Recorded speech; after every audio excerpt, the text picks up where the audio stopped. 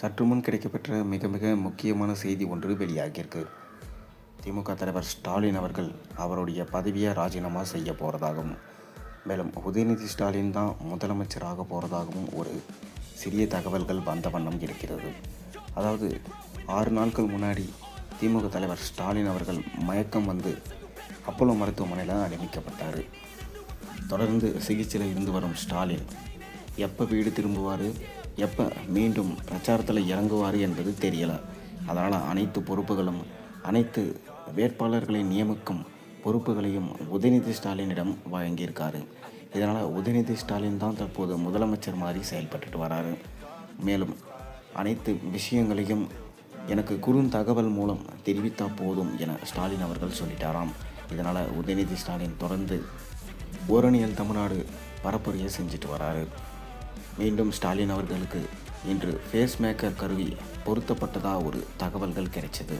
இதனால் ஸ்டாலின் எழுந்து நடக்கவே சில நாட்கள் ஆகும். அதனால் இந்த தேர்தலில் ஸ்டாலினால் போட்டியிட முடியாது என எடப்பாடி பழனிசாமி சொல்லிட்டு வராரு.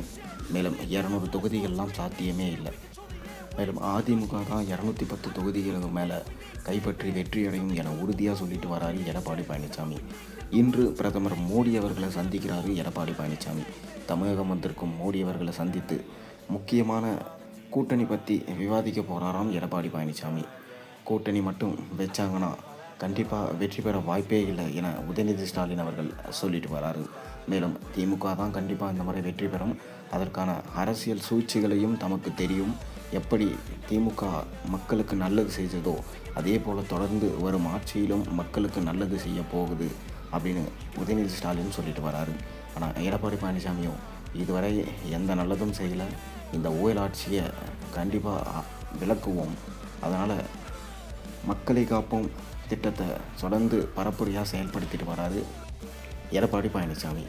அதனால் தொடர்ந்து திமுகவில் உதயநிதி ஸ்டாலின் தான் முதலமைச்சர் மாதிரி இருக்கார் எனவும், அதனால் ஸ்டாலின் அவர்களுக்கு எப்போ என்ன ஆகும், அவர் எப்போ மீண்டும் எழுந்து வருவார் என்பது தெரியல என எதிர்க்கட்சிகள் சொல்லிட்டு வருது.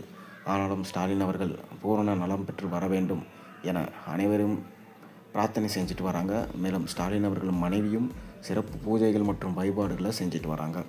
தொடர்ந்து இந்த அரசியலில் என்ன மாதிரி சூழ்நிலைகள் ஏற்பட போகுதுன்றதை நம்ம பொறுத்திருந்து பார்ப்போம். நீங்கள் என்ன நினைக்கிறீங்க? கருத்துக்களை மறக்காம கீழே கமெண்ட்டில் சொல்லுங்கள்.